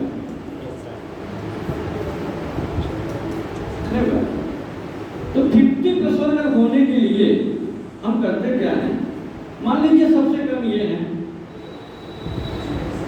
या मान लीजिए ये कम है, तो यही कम है, इनका वोट क्या करेंगे हम तीनों में जोड़ देंगे, 3 भाग में करके वोट को जोड़ देंगे। जो सबसे कम पाता है उसके वोट को जितने प्रत्याशी हैं 3 बचे, 3 से भाग करेंगे वोटों को, सब बराबर जोड़ देंगे। फिर हम देखेंगे कि 50% कौन क्रॉस कर पाए, अगर 50% कोई क्रॉस नहीं कर पाया तो 50% क्रॉस नहीं कर, फिर तीसरे व्यक्ति को देखेंगे। तीसरे सबसे कम व्यक्ति कौन है, तीसरे को क्या करेंगे, उसके वोट को 2 भागों में डिवाइड करके जोड़ देंगे। अब उसमें से कोई एक व्यक्ति है जो 50% क्रॉस कर जाएगा। भाई 100 में 51 चाहिए, 49 रहेगा, 51 तभी होगा 50 हो रहेगा। इसे 50% कहा गया, आधा %। तो ऑलरेडी इसमें पहला व्यक्ति 50% पा जाएगा और चुनाव हो जीत जाएगा। इसीलिए इस तरह की प्रक्रिया हमारे अपनाई गई कि सबका वोट मिले, सब विधानसभा में पहुंचिए और सब लोग वोट दें और सबको कोई टक्कर में वोट दीजिए। कब वोट दीजिए, काउंटिंग होने के बाद। कभी कभी तो होता है, लेकिन मान इंडिया में मतलब संजीव रेड्डी तो निवृत्त थे और बिजली गिरी एकमात्र राष्ट्रपति थे कि द्वितीय वनिता क्रम में चुनाव जीते। अब क्या हो रहा है कि पहले ही वनिता क्रम में चुनाव लोग जीत सकते हैं। पहली बार क्योंकि एक करके, जैसे मान लीजिए चुनाव हुआ, राष्ट्रपति का चुनाव होने वाला है और उपराष्ट्रपति का चुनाव होने वाला है, तो बीजेपी के पास सांसदों की संख्या ज़्यादा है इंडिया गवर्नमेंट की संख्या 394, लेकिन उनके पास लोकसभा में ही है और राज्यसभा में लगभग 100-150 करीब में है वो। तो उन्होंने प्रत्याशी को बोल दिया कि एक नंबर पे हमारे प्रत्याशी वोट कर दीजिएगा। तो ऑलरेडी काउंटिंग का नंबर 1 आ गया, तो सेकंड को फिर से देखना ही नहीं है। अच्छा, प्रत्याशी 2 ही हैं, सिर्फ प्रत्याशी 2 हैं, तो प्रत्याशी जब 2 हैं, ये तो जब प्रत्याशी की संख्या ज़्यादा रहेगी तब हम चुनाव बोलते हैं। जब प्रत्याशियों की संख्या ज़्यादा रहेगी तब प्रत्याशी का ज़्यादा होगा नहीं हमारे यहाँ। अब 2 ही हैं तो ऑलरेडी 50% मिलना है, एक टोटल मिलना चुनाव जीत जाएगा। तो ऐसा कभी होता नहीं जिनकी गिरी को 2-3 वनिता क्रम में, दोबारा काउंटिंग क्रम में चुनाव जीते थे और नीलम संजीव रेड्डी वो निर्विरोध जीत गए थे। तो ऐसे वोट पड़ता है। अब बराबर उसी का वोट देने जाएंगे जब बीडीसी बनेंगे, जिला पंचायत वोट देने जाएंगे और जिला परिषद सदस्य जो बनते हैं, राज्यसभा के सभापति वोट देने जाते हैं। राज्यसभा के सभापति को वोट पड़ता है, जो विधायक वोट देते हैं, राज्यसभा के सदस्यों का वोट पड़ता है। तो राज्यसभा सदस्य जो भी चुने जाते हैं, तो विधानसभा द्वारा मालूम है। राज्यसभा के जो सदस्य होते हैं, जो सांसद होते हैं, उनका चुनाव विधानसभा करती है। यूपी में 31 विधानसभा है, 31 विधानसभा यूपी में है, 31 राज्यसभा है। तो वोट करते हैं, वो भी ऐसे ही वोट करते हैं। लेकिन फिलहाल जब प्रत्याशी जब एक ही रहता है या 2 रहते हैं तो कोई दिक्कत नहीं होती है, चुनाव समान तरीके से हो जाता है। जब प्रत्याशियों की संख्या बढ़ती है तब इलेक्शन नोटिस होता है। फिर इंडिया में ऐसा कभी कुछ हुआ नहीं। और एक बार बीबी समय हुआ था, उसके बाद इंडिया में कोई नौबत नहीं आई कि 2-3 वनिता क्रम, क्योंकि प्रत्याशी 2 ही निकल रहे, प्रत्याशी 2 ही निकल रहे, इसलिए कोई समस्या नहीं है। तो इस तरह से वोट हमारे यहाँ राष्ट्रपति को राष्ट्रपति का पड़ता है, वनिता क्रम के साथ पड़ता है। अब इसमें ये कहा जाता है कि राष्ट्रपति का शपथ कौन दिलाएगा। पहले आप चुनाव जीत गए और ये कहा गया कि राष्ट्रपति का कार्यकाल कितने साल का होता है? 5 साल। कब से माना जाता है? 5 साल। राष्ट्रपति के कार्यकाल की काउंटिंग कब से की जाती है? किसी भी रिप्रेजेंटेटिव के कार्यकाल शपथ से ही मानी जाती है, चाहे प्रधान हो, चाहे विधायक हो, चाहे सांसद हो। जब तक वो शपथ नहीं लेता तब तक काउंटिंग नहीं की जाएगी। जिस दिन वो शपथ ले लेता है उस दिन से काउंटिंग शुरू हो जाती है 5 साल। अब उस दिन से वो 5 साल तक बैठेगा। ये नहीं करेंगे पहले चुनाव का हटा दें। अगर किसी कारणवश 3 कारणों से जो आगे लिखा गया कि राष्ट्रपति 3 कारणों से इस्तीफा देता है, सिर्फ 3 कारण हमारे गैजेट में दिया गया है, या तो सुप्रीम बढ़ जाए या त्यागपत्र दे दें या इम्पीचमेंट के मामले में हटा दिया जाए, मतलब महाभियोग की प्रक्रिया से हटा दिया जाए। महाभियोग की प्रक्रिया 3 कारण हैं, या तो महाभियोग की प्रक्रिया हटा दिया जाए, या तो उसके कार्यकाल में मृत्यु हो जाए, या तो मान लीजिए खुद इस्तीफा दे दें। उनका सामने खुद इस्तीफा दे दिया। 3 कारण मात्र हैं हमारे यहाँ। अगर उसमें इंडिया में वैसे समस्या क्या होगा, जाकिर हुसैन साहब हमारे कार्यकाल नहीं बन गए, पहली बार घटना घटी। बीबी गिरी उपराष्ट्रपति थे उनको कार्यकाल का, क्योंकि हमारे देश में कहा है कि राष्ट्रपति का पद कभी खाली नहीं होना चाहिए, उसमें कोई ना कोई बैठेगा, पद नहीं खाली होनी चाहिए। तो बीबी गिरी उपराष्ट्रपति थे, वो राष्ट्रपति के कार्यभार में चले गए। अगर चुनाव आया तो इंदिरा जी ने कहा बीबी गिरी से कि ऐसा आप भी राष्ट्रपति का चुनाव लड़ जाइए, राष्ट्रपति का चुनाव आप ही लड़ जाइए। क्या ठीक है कि जब मैं राष्ट्रपति का चुनाव लड़ूंगा तो मुझे उपराष्ट्रपति पद से इस्तीफा देना पड़ेगा। अच्छा, उपराष्ट्रपति पद से इस्तीफा देना पड़ेगा क्योंकि मैं ऑलरेडी राष्ट्रपति हूँ, तो राष्ट्रपति का पद ऑलरेडी खाली हो जाएगा। तो राष्ट्रपति का पद जब खाली हो जाएगा तो फिर बैठेगा कौन? तो ऐसा chief justice of India CJI इसके बैठेंगे, या वो नहीं है तो सेकंड वनिता क्रम में जो चीफ जस्टिस है वो बैठे। तो उसमें एक समस्या खड़ी हुई। बीबी गिरी ने कहा कि राष्ट्रपति अपना इस्तीफा उपराष्ट्रपति को देता है, उपराष्ट्रपति अपना इस्तीफा राष्ट्रपति को देता है, देता है। तो मैं इस्तीफा किसको दूं? उपराष्ट्रपति ने कहा लेकिन मैं इस्तीफा दूं तो दो किसको दूं? राष्ट्रपति तो है नहीं, अब मैं इस्तीफा देने जा रहा हूँ, बड़ी समस्या हुई। तो सुप्रीम कोर्ट में लोगों ने आशा लगाया कि सर राष्ट्रपति तो है नहीं, उपराष्ट्रपति इस्तीफा देते तो दे किसको दे? तो सुप्रीम कोर्ट के उस समय हितों साहब जैसे थे, उन्होंने कहा ऐसा भैया तो अपना इस्तीफा राष्ट्रपति की मेज पर रखा, अपना इस्तीफा राष्ट्रपति की मेज पर रख, जब कोई राष्ट्रपति बनेगा तो निश्चित कर लेगा, तो अपना डेट डाल देना। एक परंपरा में था, रूल में नहीं था, क्योंकि जब राष्ट्रपति को इस्तीफा देना है, राष्ट्रपति है ही नहीं, दूसरा कोई राष्ट्रपति इस्तीफा देगा नहीं, एक प्रोटोकॉल सेकंड पोजीशन तो ही है, तो उसका सीनियर है, उसका सीनियर इस्तीफा देगा, दूसरा तो देगा नहीं। उन्होंने कहा ठीक है, राष्ट्रपति साहब ने मेजवा पर जाकर लिख के रख दो कि सर मैं इस डेट से इस्तीफा दे रहा हूँ राष्ट्रपति पद से। जब कोई राष्ट्रपति बनेगा तो उस इस्तीफा को स्वीकार कर लेगा। तो उन्होंने पहले राष्ट्रपति थे इंडिया के जिन्होंने अपना इस्तीफा स्वयं स्वीकार किया, वो राष्ट्रपति पद का। हिदायतुल्लाह साहब ने कहा था कि आप रख दीजिए, चुनाव जीत गए, तो फिर वो जो लेटर था राष्ट्रपति का, तो उन्होंने साइन किया कि ठीक है इस कार्यकाल से आपका इस्तीफा मान लो। जैसे तो इस्तीफा लिखते हैं संवैधानिक पदों में या किसी प्रधानिक पद पे, तो मान लीजिए आप किसी पद से इस्तीफा दे रहे हैं, तो आप एक वहाँ डेट डालना पड़ता है कि किस दिन से आप इस्तीफा देना चाहिए, बस एक मतलब। उसके बाद जैसे मान लीजिए आपने कहा कि सर हम 30 सितंबर तक, 30 सितंबर से हमारा कार्यकाल शुरू माना जाए, 30 सितंबर से हमारा कार्यकाल, इस पर 30 सितंबर तक हमारा कार्यकाल शुरू माना जाए। बीच में आपका दिमाग चेंज हो गया कि आपने कहा नहीं गलती किया, मुझे इस्तीफा दिया, इस्तीफा दे देना चाहिए, तो 30 सितंबर के अंदर आपने इस्तीफा को वापस ले सकते हैं। और 30 सितंबर के बाद फिर इस्तीफा वापस नहीं लेंगे, फिर आपका खत्म हो गया बात। आपने लिख दिया कि 30 सितंबर तक हमारा इस्तीफा मंजूर कर लिया जाए, बीच में आपका दिमाग चेंज हो गया कि मैं पाकिस्तान का काम कर रहा हूँ, इस्तीफा नहीं देना चाहिए। तो उसके बाद क्या आपने इस्तीफा वापस मंगवा लिया, सर ऐसा है मैं इस्तीफा नहीं दूंगा, मेरा दिमाग चेंज हो गया, तो फिर आप तुरंत बाहर हो जाएंगे। और अगर 30 सितंबर क्रैश कर गया तो फिर आप मांगने को भी नहीं मांगेंगे। तो राष्ट्रपति साहब ने यही किया था, एक डेट निकाल दिया था, इस डेट से इस्तीफा स्वीकार किया, वो डेट फिक्स था कि कब चुनाव काउंटिंग होगी, जब शपथ होगा उस जगह पर डेट फिक्स कर दिया था, और जब वो पहुंचे इस्तीफा स्वीकार हो गया। तो ये चीजें थी। क्या नाम है? पीपी गिरी, वेंकट गिरी।